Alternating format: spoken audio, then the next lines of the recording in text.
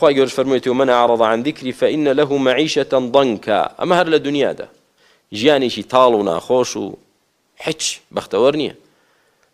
دەیەوێت بەچی دڵی خۆی خۆش کات کە بچێ مەشروب بخواتەوە یا بچێ زینا بکات باو جۆرەشتانە وەکو موسەکینێک دڵی خۆی بداتەوە. ئەجینە دڵی بەچی خۆشە بەچی ئینسانی مسلمان خی گەورە دەفەرمێ ئین الأبرار لەفی نەعیم چاکەکاران لە نەعیمدان لە خۆشیدان هەر لە دنیا لە خۆشیدای کاکەتەوە. وەڵڵاهی فەقیر بی هەر دڵت خۆشە. بەچی دڵم خۆشە؟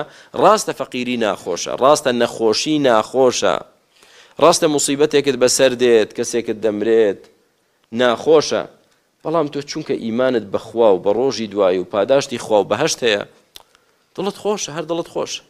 دەڵێ چی کوڕ برام ئینا لله و ئینا ئیلەیه ڕاجعون. هەر دەمرین، ئەو دنیا بێقیمەتە، هەر دەمرین، هیچ نییە.